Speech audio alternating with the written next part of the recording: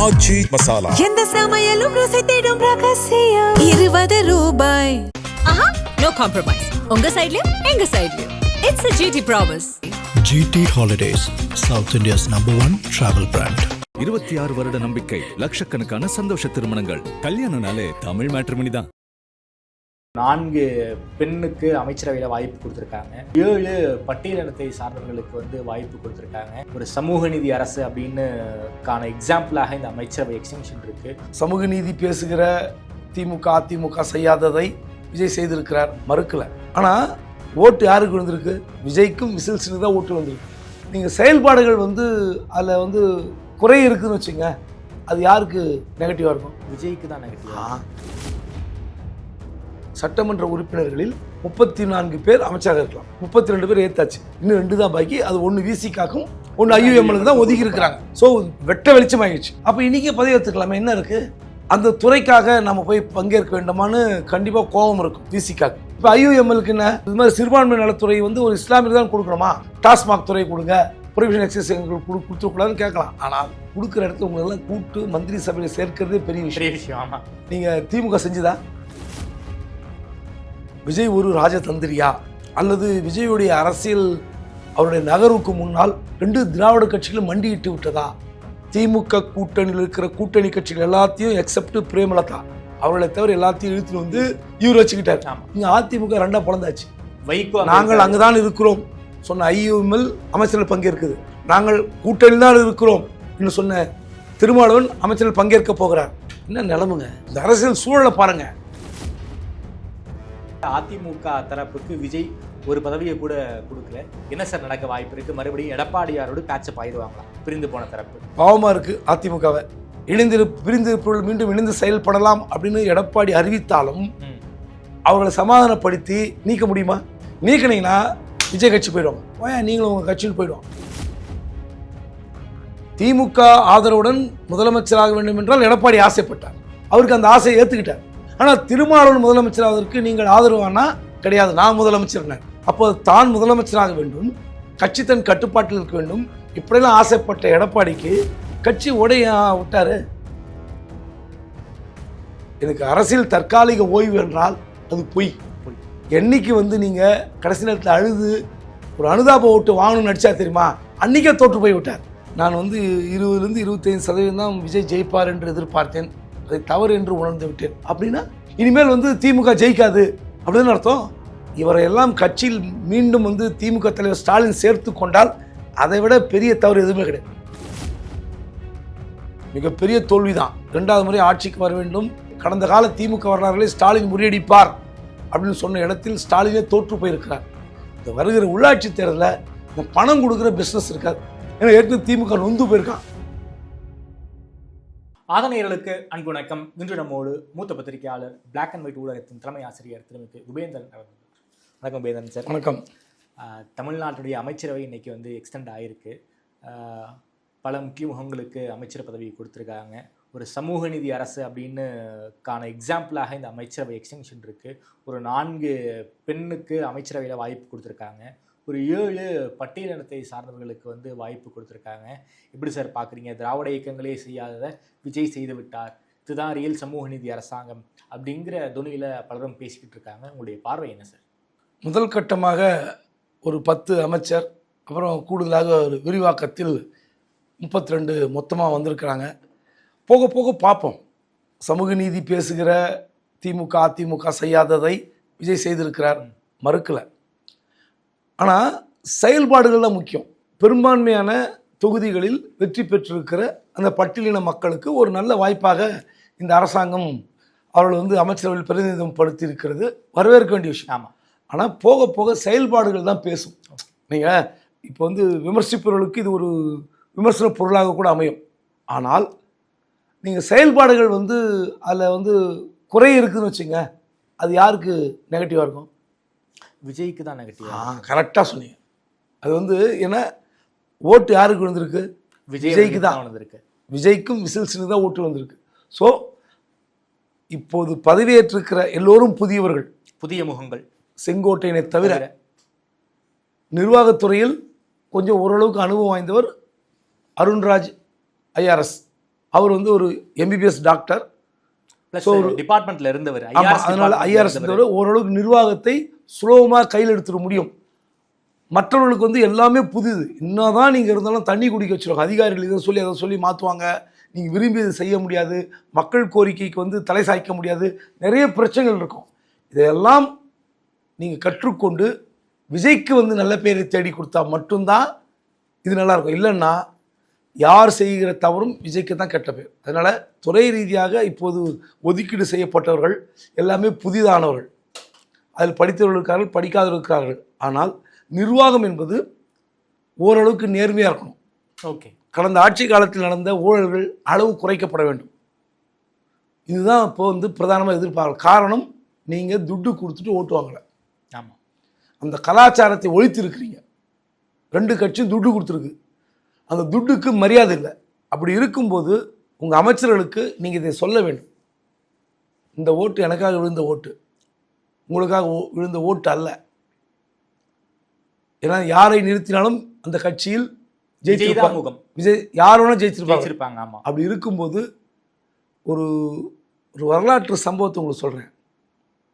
82 அப்போது வந்து எம்பி தொகுதி இப்போ தேனி சொல்கிறோம்ல, அப்போ பெரியகுளம் தொகுதி கம்பம் நடராஜன்றவர் இறந்துறாரு, பெரிய லீடரு. அவர் இறந்துடுறாரு.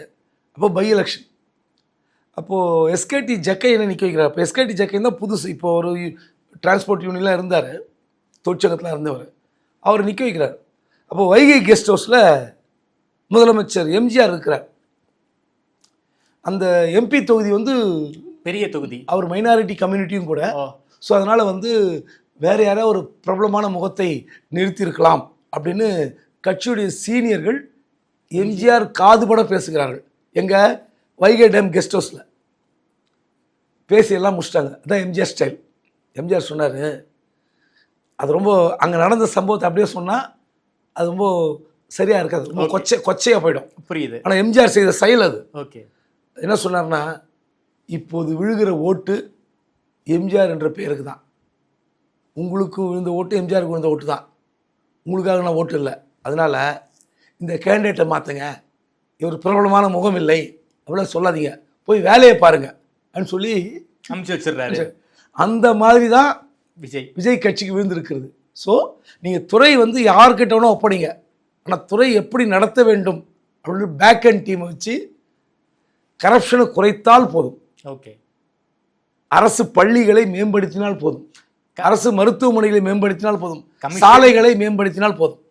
கரப்ஷனையும் கமிஷனையும் குறைச்சா போதும் இந்த ஆட்சி சிறப்பாக இருக்கும்னு சொல்கிறீங்க. ஆமாம். குறிப்பாக இன்னைக்கு வந்து விசிக ஐயுஎம்ஐ 2 பேரும் அமைச்சரவையில் வந்து இடம் பெறுவார்கள்னு எதிர்பார்த்தோம். 2 கட்சியில இருந்தும் அமைச்சராக யாரும் பதவி இருக்கல.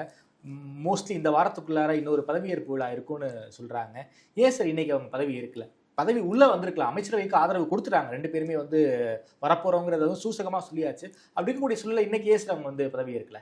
அதாவது 2-3 நாட்களுக்கு முன்பாகவே இந்த பேச்சு தொடங்கப்பட்டு விட்டு. ஆமாம், அமைச்சரவையில் எல்லோரும் பங்கேற்க வேண்டும். அதாவது வெளிப்படையாக நேற்று அழைப்பு விடுத்தார்கள், அதுக்கு மறுநாள் நன்றி சொன்னார்கள் கிடையாது. இதற்கு இன்னும் கம்யூனிஸ்டுக்கே அழைப்பு விடுத்தாச்சு. ஆமாம், 2 கம்யூனிஸ்டுகளும் ஒவ்வொரு அமைச்சர்களும் ஏற்றுக்கொள்ளுங்கள் சொல்லியாச்சு. ஆனால் அவங்க வேண்டாம்ல, அவங்க விட்டுருங்க, கம்யூனிஸ்ட் விட்டுருங்க. திரும்ப வந்து நான் வந்து ஆலோசனை செய்கிறேன், எங்கள் கட்சி கூட்டுவோம், இதெல்லாம் கூட்டி தான் முடிவு எடுக்க. இதெல்லாம் தேவையில்லைங்க. பாரு, இன்னொரு முறை அமைச்சரவை விரிவாக்கத்தில் ஒரு குழு ஃபோட்டோ, டைம் வேஸ்ட்டு, வரிப்பணம் வேஸ்ட்டு. ஒரு அமைச்சர் தான் 234ல் 15% தான் அமைச்சரவையில் வந்து பங்கு பெற முடியும். இப்போ 234 சட்டமன்ற உறுப்பினர்களில் 34 பேர் அமைச்சராக இருக்கலாம். 32 பேர் ஏற்றாச்சு, இன்னும் 2 தான் பாக்கி. அது ஒன்று விசிகாக்கும், ஒன்று ஐயுஎம்எலுக்கு தான் ஒதுக்கி இருக்கிறாங்க. ஸோ வெட்ட வெளிச்சமாகிடுச்சு, இந்த 2க்கு தான் பாக்கின்னு. அப்போ இன்றைக்கே பதவி எடுத்துக்கலாமே, என்ன இருக்குது அதில்? உங்களுக்கு என்ன துறைன்னு டிமாண்ட் பண்ண போகிறீங்க? அதுதான விஷயம். என்ன துறை நமக்கு ஓரளவுக்கு தெரிஞ்சிருச்சு. ஓரளவுக்கா? எல்லாமே தெரிஞ்சிருச்சு. ஆதிராட நலத்துறையும் சிறுபான்மை நலத்துறை மட்டும்தான் பேலன்ஸு பாக்கி இருக்குல்ல. இப்போது அந்த துறைக்காக நம்ம போய் பங்கேற்க வேண்டுமான்னு கண்டிப்பாக கோபம் இருக்கும் விசிகாக்கு. நமக்கே ஒரு நலத்துறைக்கு கொடுக்க, வீட்டு வசதி வாரியம் ஏன் கொடுக்கக்கூடாது? வீட்டு வசதி வாரியத்துறை வந்து ஒரு தலித்து இருக்கக்கூடாது. அப்படி பார்த்தீங்கன்னா அவங்க கட்சியிலேயே பல பேருக்கு வந்து கொடுத்துருக்காங்க. 7 பேருக்கு வாய்ப்பு கொடுத்துருக்காங்க. அப்படி இருக்கும்போது நீங்கள் இந்த துறையை கேட்டு பெறுவதற்கான நோக்கமாக இருந்தால் அதையும் முன்னாடியே பேசி தீர்த்துருக்கலாம். இந்த டைம் டிலே தேவையில்லாத விஷயம். இப்போ IUMLக்கு என்ன, சிறுபான்மை நலத்துறை, ஒரு இது மாதிரி சிறுபான்மை நலத்துறை வந்து ஒரு இஸ்லாமியர் தான் கொடுக்கணுமா, ஏன் ஒரு பெரும்பான்மை சமூகத்திட்ட கொடுத்தா என்ன, இன்னும் கேட்கலாம். எங்களுக்கு நல்ல துறை கொடுங்க, எங்களுக்கு வந்து வேறு டாஸ்மாக் துறை கொடுங்க, ப்ரொவிஷன் எக்ஸைஸ் எங்களுக்கு கொடுத்துருக்கூடாதுன்னு கேட்கலாம். ஆனால் கொடுக்குற இடத்துல உங்களெல்லாம் கூட்டு மந்திரி சபையில் சேர்க்கிறதே பெரிய விஷயம். ஆமாம். நீங்கள் திமுக செஞ்சுதா? செய்யலை. அவங்க மைனாரிட்டி ஆட்சியாக இருக்கும் போதே அமைச்சரவை இடம் கொடுக்காதவங்க சார். அப்படி இருக்கு. இல்லை, இவரும் மைனாரிட்டி தான் கொடுக்குறாரு. ஆமாம், சொல்கிறேன் உங்களுக்கு அந்த மாதிரி வாய்ப்பு சார். விஜய்க்கு இருக்கிற நம்பருக்கும் திமுக இருக்கிற நம்பருக்கும் பெரிய வித்தியாசம். அவங்க 95, இப்போ விஜய் 108 இடங்கள்ல இருக்காரு. அதனால ஓரளவுக்கு உள்ள வந்து முடிச்சிருந்துருக்கலாம், ஏன் டிலே பண்ணாங்கன்னு தெரியல. ஓகே சார், காங்கிரஸ்க்கு வந்து ஒரு மிக முக்கியமான போர்ட்ஃபோலியோ கொடுத்துருக்காங்க, உயர்கல்வித்துறையை கொடுத்துருக்காங்க. கடந்த ஆட்சியில் வந்து கோவி செழியன் அவர்கள் இருந்தார், அவரும் வந்து ஒரு பட்டியலினத்தை சேர்ந்தவர் தான். அதே சமூகத்தை சேர்ந்த விஸ்வநாதன் அவர்களுக்கு வந்து கொடுத்துருக்காங்க. நாம் எப்படி சார் புரிஞ்சுக்கிறது? காங்கிரஸுக்கு ஒரு மிக முக்கியமான போர்ட்ஃபோலியோ, அது உயர்கல்வித்துறையை கொடுத்துருக்காங்க.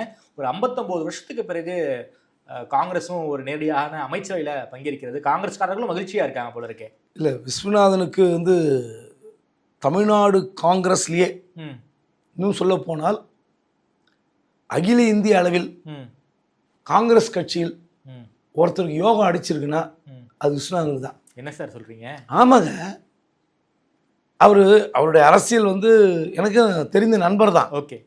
அவர் வந்து ஒரு பொதுப்பணித்துறையில் வேலை பார்த்தவர், அரசு வேலை பார்த்தவர். ஆமாம், பேங்க் வங்கியில் இருந்தவர். ஓகே. வங்கியில் இருந்தவர், பொதுத்துறை வங்கியில் இருந்தவர். வங்கித்துறையிலிருந்து வெளியே வந்தவர்.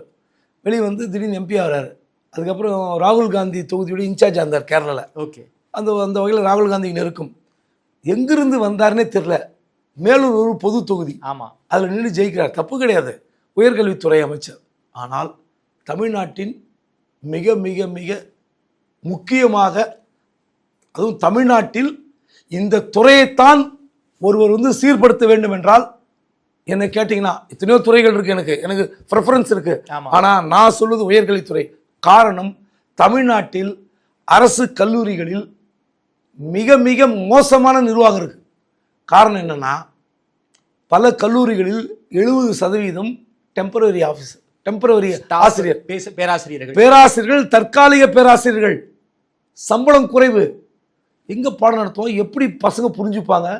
எந்த பல்கலைக்கழக நிதியும் அந்த ஆசிரியர்களுக்கு சம்பளம் கொடுக்க போதில்லை. புது நியூ போஸ்டிங் இல்லை. 2014-15 போஸ்டிங் போட்டது, 10 வருடம் போஸ்டிங் போடல. அப்போ கூட பெரும் பணத்தை வாங்கி கொண்டு போட்டார்கள் அதிமுக ஆட்சியில். 15 லட்சம் ரூபா கல்லூரி பேராசிரியருக்கு போஸ்டிங், 15 லட்சம் ரூபா, பெரும் பணம் விளையாடியது. ஆனால் இந்த உயர்கல்வித்துறையை நீங்கள் தமிழ்நாட்டின் முதுகெலும்பாக பார்க்கணும்.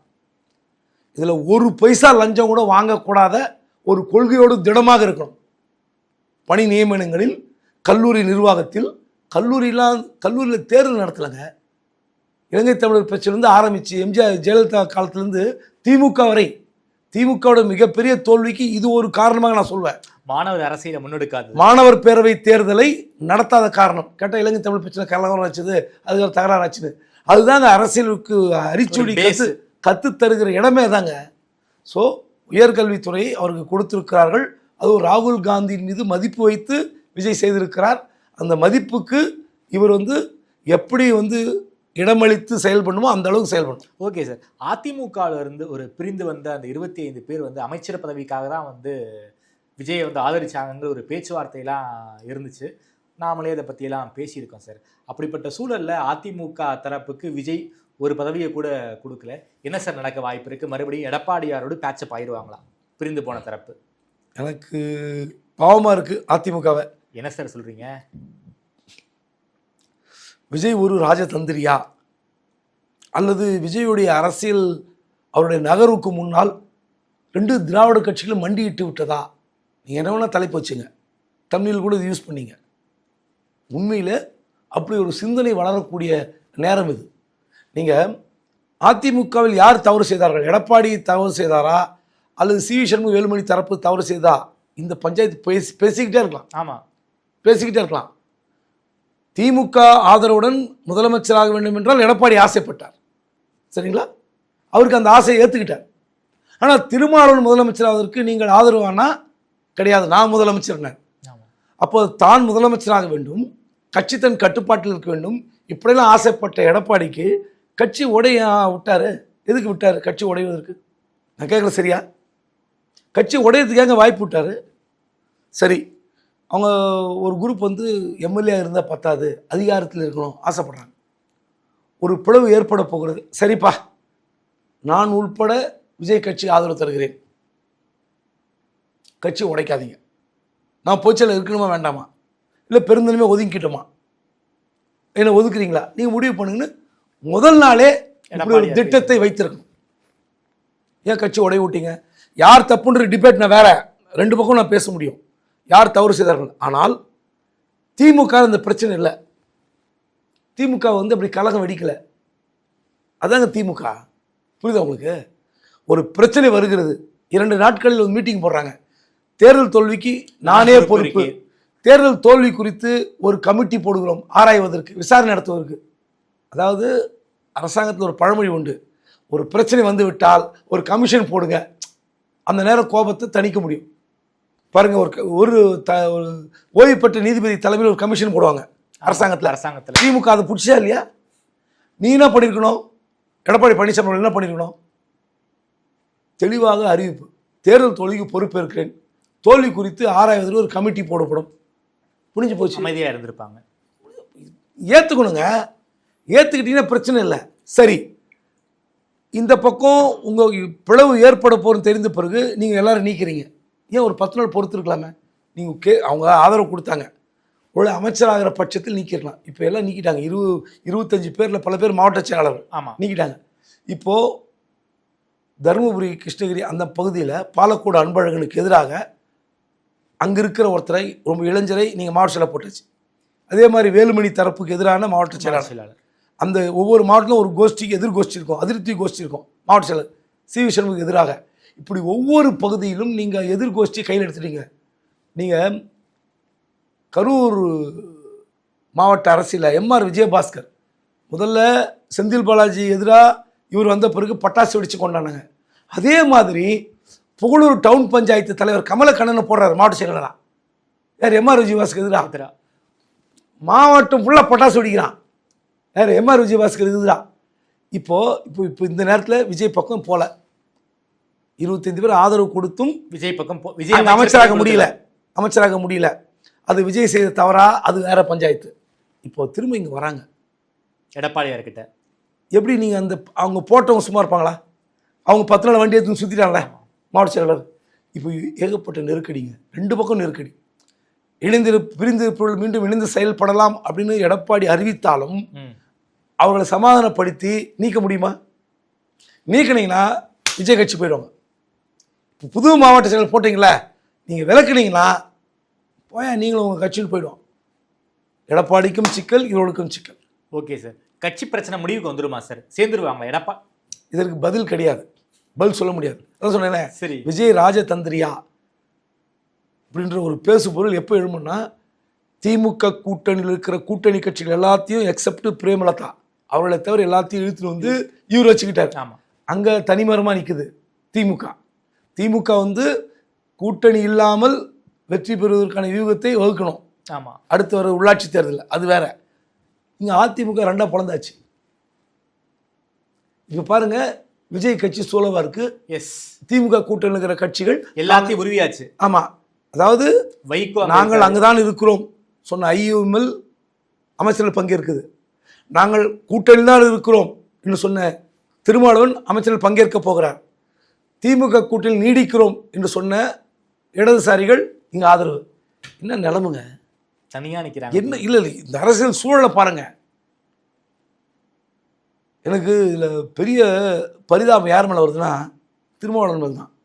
தேர்தலுக்கு முந்தைய ஒரு லைவ் பேசினார் ஃபேஸ்புக் லைவில்.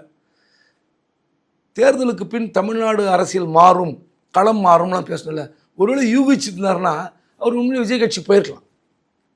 தமிழ்நாட்டில் இப்படி ஒரு களம் மாறுகிற சூழல், ஒரு அங்க அசம்பிளி வரும்னா போயிருக்கலாம். இன்றைக்கி பாருங்கள், ஒரு 2 சீட்டு தான், ஒரு நம்பர் கேமில் அவருக்கு ஒரு முக்கியத்துவம் இருக்குது. இருந்தாலும் தமிழ்நாடு மக்கள் ஏன் இப்படி தீர்ப்பு கொடுத்தாங்கன்னு தெரில. யாருக்கும் அறுதி பெரும்பான்மை கொடுக்கல. ஒரு மிக மோசமான சூழல். ஆனால் விஜய் அரசியல் பெருசாக எடுபடுது. ஆச்சரியமான விஜய் தான் இன்னைக்கு பிரதான முதன்மை சக்தியா இருக்காரு. ஆமாம், 2 திராவிட கட்சிகளும் அவர்கிட்ட நீங்க சொன்ன மாதிரி வந்து ராஜதந்திரமா தான் செயல்பட்டு இருக்காரு விஜய். Okay sir. சார் குறிப்பாக சிவி சண்முகம் அவருடைய எம்பி பதவியை ராஜினாமா பண்ணியிருக்காரு, ராஜ்யசபா எம்பி பதவி. அது வந்து தாவேகாவுக்கு தான் வருவதற்கு வாய்ப்புகள் நிறைய இருக்குன்னு சொல்றாங்க. அந்த ராஜ்யசபா சீட் யாருக்கு சார் போக வாய்ப்பு இருக்கு? இப்போது 47 பேர் அதிமுகவில் கண்டிப்பாக விஜய் தரப்பில் பேசலாம். அந்த கேண்டிடேட் எங்களுக்கான கேண்டிடேட். அது 47 பேர். நாங்கள் எதாவது பண்ணிக்கலாம்னு சேர்ந்து இருந்தால் பண்ணிக்கலாம். ஓகே. இப்போ சேருவதற்கு ஒரு டிமாண்ட் வச்சு சிவி சண்முகம் தரப்பும் வேலுமணி தரப்பும் சேர்ந்து எடப்பாடி தரப்புகிட்ட பேசணும். எங்களுக்கு வேணாம், உங்களுக்கு வேணாம், ஒரு பொதுவான கேண்டிடேட் எம்பி ஆப்போம். அதிமுக இருக்கிற ஒரு எம்பியும் கோட்டை விட்டுட்டோம். அதனால் நாங்கள் வரோம், எங்களுக்கு மீண்டும் மாவட்ட செயலர் பதவி கொடுக்கணும் அப்படின்னு கேட்டு கூட போகலாம். வாய்ப்பு இருக்குமான்னு தெரில. அது தாவேக்காக தான் போகும். ஏன்னா அதிமுகவான வாய்ப்பு பிளந்து கிடக்கிறது. ஆமாம், பிளந்து போனதால் அந்த வாய்ப்பு இல்லை. மேபி அது டெக்னிக்கல் இஷ்யூ தான். தாவேக்காக தான் போவோம். யார் அங்கே எம்பி ஆக போகிறான்னு பார்ப்போம். Okay sir. குறிப்பாக அண்ணாமலை வந்து ஆந்திராவில் இருந்து எம்பி ஆக போகிறாருங்கிற ஒரு செய்தியும் வந்திருக்கு. அண்ணாமலை இப்போ கொஞ்சம் அப்செட்டில் இருக்கார். தேர்தல் முடிவுகள், அதுக்கப்புறம் அவர் ஏற்கனவே அப்செட்டில் தான் இருக்கார். ஸோ அதன் காரணமாக அவருக்கு வந்து ஒரு குஷிப்படுத்தும் விதமாக அவருக்கு மீண்டும் ஒரு மாநில தலைவரோ அல்லது வந்து ஒரு எலிவேஷனோ கொடுக்க வாய்ப்பு இருக்கா சார் அண்ணாமலை அவர்களுக்கு? பலமுறை பேசியாச்சுங்க, பாவமாக இருக்குங்க. அண்ணாமலை தலைவர் பதவி இறங்கியிலிருந்து கர்நாடகாவில் எம்பி ஆக போகிறார், மகாராஷ்டிரில் எம்பி ஆக போகிறார், இப்படிலாம் சொல்லிட்டு இருந்தோம். ஆமாம், ஆந்திராவிலேருந்து எம்பி ஆக போகிறான்னு. இப்போ திரும்ப வந்திருக்குது. ஒரு தடவை எம்பி ஆகிட்டோம். எம்பி ஆன பிறகு அவருடைய அரசியலில் அவர் மீடியா நடத்துறதுல தன்னுடைய கட்சியினரை எப்படி நடத்துகிறார், எப்படி அரவணைத்து செல்கிறார். நமக்கு அண்ணாமலை மீது எல்லா அரசியலும் ஒன்று தான். ஆமாம், பொய் புரட்டு வாய்ஜாலம் இதெல்லாம் பண்ணுவாங்க. இதெல்லாம் பண்ண தான் அரசியல் நீடிக்க முடியும், அதில் மாற்று கருத்தில். ஆனால் அவர் மீடியா அவர் நான் தான் நேர்மை சொல்லுகிறார்ல. இந்த ரஃபேல் பில் தொடங்கி கடைசி வரை அவர் அந்த நில விவகாரம் வரைக்கும் குழப்பம்தான். ஸோ நீங்கள் இன்றைக்கி எதுவுமே வந்து மறைக்க முடியாது. இன்றைக்கி டிஜிட்டல் ஊடகத்தில் முன்பாக எதையும் மறைக்க முடியாது. அதனால் வாய்ப்பு கிடைக்கட்டும், எம்பி ஆகட்டும். அவர் அரசியல் செயல்பாட்டுக்கு பிறகு நம்மளை விமர்சிப்போம். அதுவரை அவர் கிடைக்கிற வரைக்கும் பொறுத்திருப்போம். திமுக என்ன மைண்ட் செட்டில் இருக்காங்க, என்ன பண்ண போகிறாங்க சார்? திமுக என்ன பண்ண போகிறாங்கன்னு அவங்களுக்கே தெரியுமான்னு தெரியல. முதல் முறையாக உள்ளாட்சி தேர்தல் வந்தால் யாருடன் கூட்டணி? என்னுடைய முதல் கேள்வி அதான் இருக்கும். யாருடன் கூட்டணி? இடதுசாரி இல்லை, காங்கிரஸ் இல்லை. காங்கிரஸ் முடிச்சுட்டு போயிட்டாங்க. இடதுசாரி விசிகா ஐயுஎம்எல் தான் பிரதானமாக. என்ன பண்ண போகிறாங்கன்னு தெரியல. கூட்டணி இல்லாமல், நம்ம முன்னாடியே சொன்னதான், கூட்டணியே இல்லாமல் ஜெயிக்க வைக்கிற தந்திரம் என்ன, அதற்கான பணிகள் என்ன, எப்படி மக்களை அணுகுவது, இதற்கான வியூகம் தான் திமுக தேவைன்னு நான் பார்க்குறேன். இதை தவிர வேறு ஒன்றும் தெரியல, பேச தெரியல. ஏன்னா அப்படிப்பட்ட ஏப்பச்சாப்பையான கட்சி அல்ல திமுக. கட்சியை வழிநடத்துவதற்கு நல்ல மாவட்ட செயலர்கள். ஆனால் இன்னைக்கு ஒரு வகையில் திமுக புண்ணியம் பண்ணியிருக்கு. மிகப்பெரிய தோல்வி தான். 2வது முறை ஆட்சிக்கு வர வேண்டும், வந்துவிடும். அது ஸ்டாலின் கடந்த கால திமுக வரலாறுகளே ஸ்டாலின் முறியடிப்பார் அப்படின்னு சொன்ன இடத்தில் ஸ்டாலினே தோற்று போயிருக்கிறார். இந்த வருகிற உள்ளாட்சி தேர்தலில் இந்த பணம் கொடுக்குற பிஸ்னஸ் இருக்காது. ஓகே. ஏன்னா ஏற்கனவே திமுக நொந்து போயிருக்கான். பல பேர் கடன், அதாவது கட்சி தலைமை தரும் அப்படின்னு சொல்லி கைவிட்டு செலவு பண்ண சில நல்ல வேட்பாளர் இருக்கிறார்கள். ஓகே. இப்போ ஒரு தொகுதியில் மாவட்ட செயலாளரோ அல்லது எம்எல்ஏ இருந்தவங்களோ அவங்கெல்லாம் போய் ஒரு கேண்டிடேட்டு இவங்களை நிறுத்துங்கன்னு சிபாரிசு பண்ணால் பணம் செலவு பண்ணாமல் நில்லு. வேட்புமனு தாக்கல் செய்வதற்கு பணம் இருந்தால் போதும். அது சொற்ப தொகை தான்.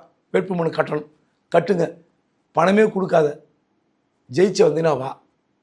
ஏன்னா உள்ளாட்சி என்பது ஒரு வித்தியாசமான சட்டமன்ற தேர்தலுக்கும் உள்ளாட்சிக்கும் வேறு வித்தியாசம் இருக்குது. உங்களுக்கு வந்து அதில் பவர் பாலிட்டிக்ஸ் இருக்குது, அடிதடி இருக்குது, ஜாதி இருக்குது, உள்ளூர் முகம் தேவைப்படும்.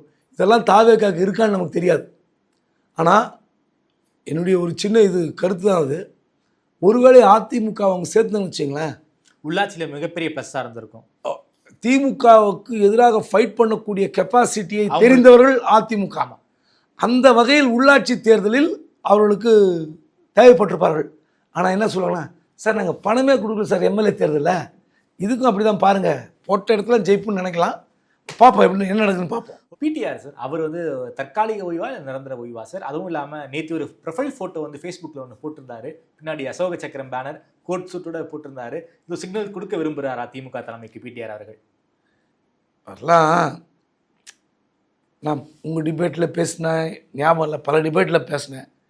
வரல மெத்த படித்தவர் தான், திமுகவுடைய பாரம்பரியமான குடும்பம் தான். ஆனால் யதார்த்தம் என்பது என்ன?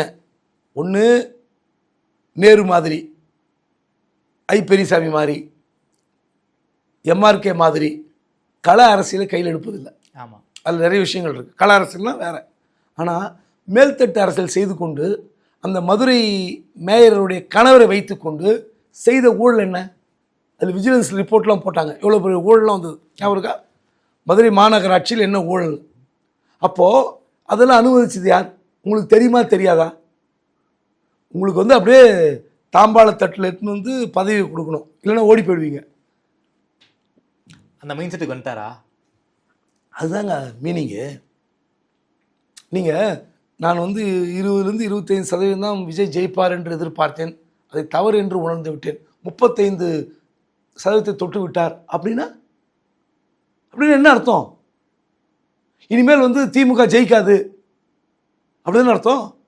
ஏங்க, எவ்வளோ பெரிய தலைவரும் எவ்வளோ பெரிய தலைவருடைய ஆட்சியிலும் நிர்வாக சீர்கேடும் குறைகளும் வரும், வராமல் இருக்காது.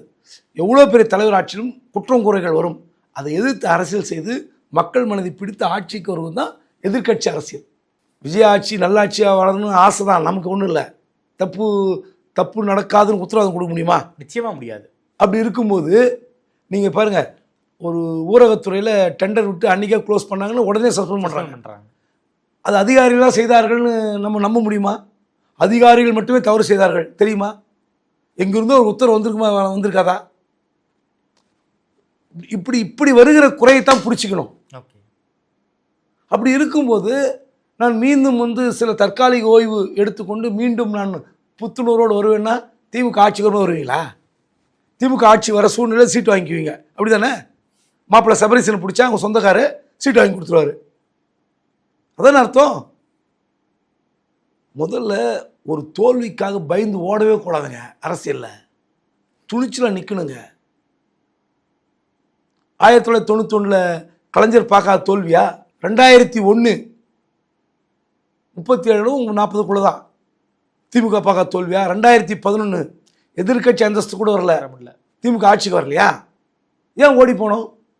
இவரையெல்லாம் கட்சியில் மீண்டும் வந்து திமுக தலைவர் ஸ்டாலின் சேர்த்து கொண்டால் அதை விட பெரிய தவறு எதுவுமே கிடையாது. சார், திமுக தொடர்வாரா இல்லை வேற கட்சிக்கு எதுக்கும் போறாரா? எனக்கு தெரியாதுங்க, எங்கே போகிறாருன்னு தெரியாதுங்க. அவர் டெல்லியில் பாஜக நல்ல தொடர்புடையவர். பாஜக நல்ல தொடர்புடையவர். விஜய் கட்சிக்கு போகிறாரா, பாஜகவுக்கு போகிறாரா, இல்லை உண்மையிலே அரசியல் தொடர்புமா எனக்கு தெரியாது. நான் என்ன கேட்குறேன், எனக்கு அரசியல் தற்காலிக ஓய்வு என்றால் அது பொய். அரசியலில் ஓய்வே கிடையாது. எதிர்த்து சண்டை போடணுங்க அரசியலில்.